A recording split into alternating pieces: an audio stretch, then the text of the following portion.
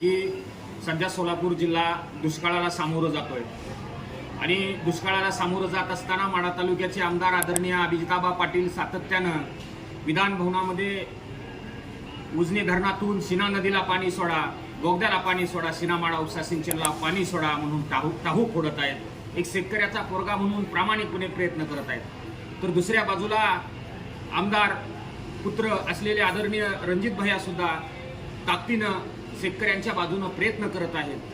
परंतु सोलापूर जिल्ह्यातली आणि माढा तालुक्यातली उभी पिकं जळून जात आहेत। पण मला सोलापूर जिल्ह्यातल्या सुज्ञ मतदार बंधू आणि भगिनींना एका गोष्टीची आज आवर्जून आठवण करून द्यायची आहे की खऱ्या अर्थानं सोलापूर जिल्ह्याची सूत्र सोलापूर जिल्ह्याच्या हातात असल्यावरती काय होतं।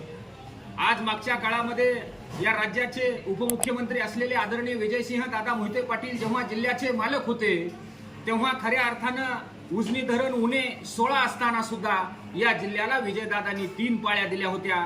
म्हणूनच सातत्यानं मोहिते पाटील परिवार म्हणत असतं हा जिल्हा तुमचा आणि माझा आहे।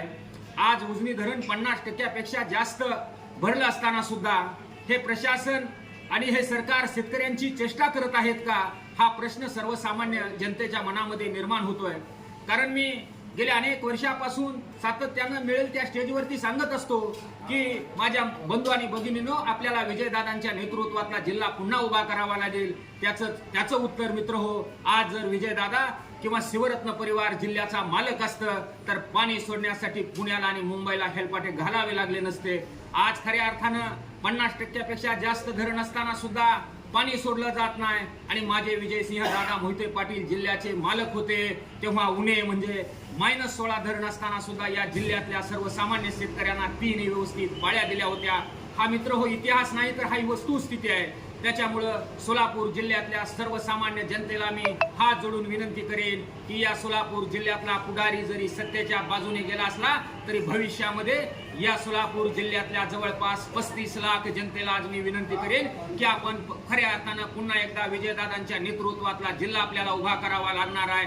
कारण अनेक अडचणीला आपल्याला सामोरं जातोय। आज शेतकऱ्यांची उभी पिकं जळत आहेत परंतु तारीख पे तारीख दिली जाते। आमदार साहेब खऱ्या अर्थानं सातत्यानं प्रयत्न करत आहेत पण पाणी सुटलं जात नाही।